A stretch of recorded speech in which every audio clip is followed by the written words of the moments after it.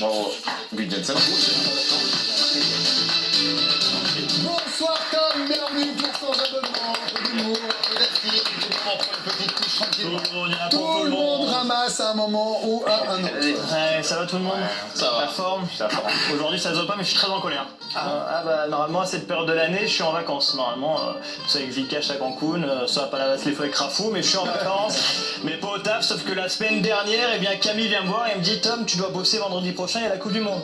Il y a la Coupe du Monde, tiens.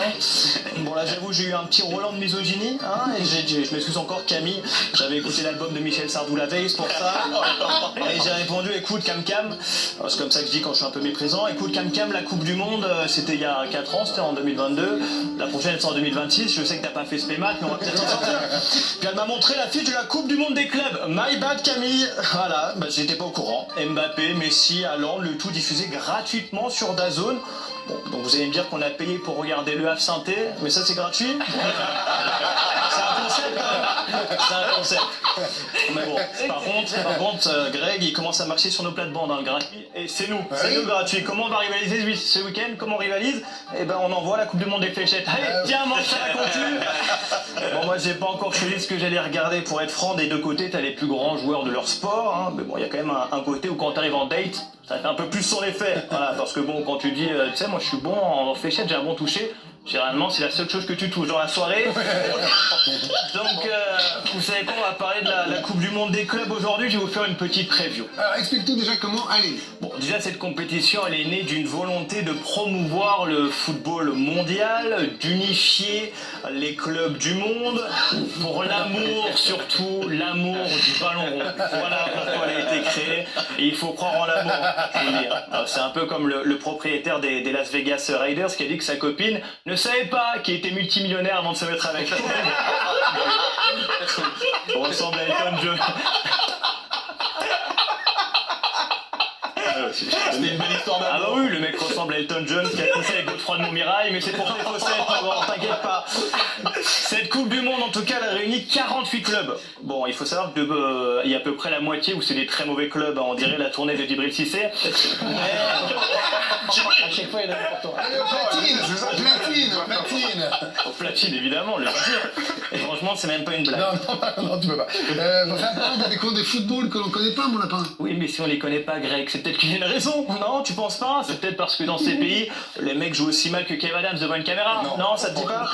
Je regardais les groupes avant l'émission parce qu'il fallait que je me motive. On m'a dit, ouais, il y a des Australiens, des Autrichiens, des Égyptiens. Bon, je te jure, on dirait Benoît Cosset qui me motive à une soirée Erasmus au Café Oz.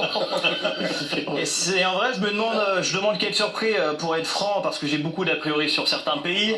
Typiquement pour moi, quand tu joues au Mexique par exemple, bon, soit tu touches bien la balle, soit tu te la prends dans la tête. Tu vois, C'est OSS le mec.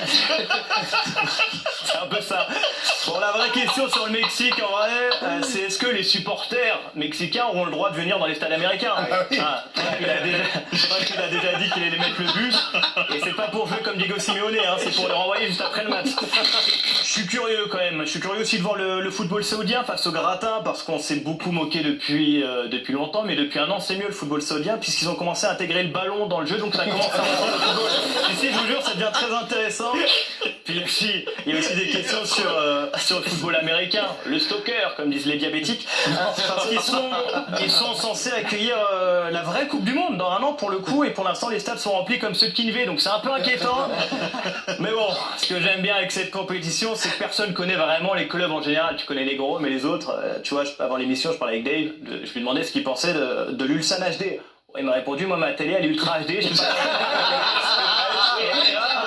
Parce qu'il y a un gros budget, évidemment. Bon, il y a aussi des gros clubs quand même dans cette compétition. Et oui, déjà il y a le PSG qui est un gros relevé. Attention aux Sounders de Seattle, voilà, qui devrait donner un peu plus de fil à retordre que l'Inter Milan quand même.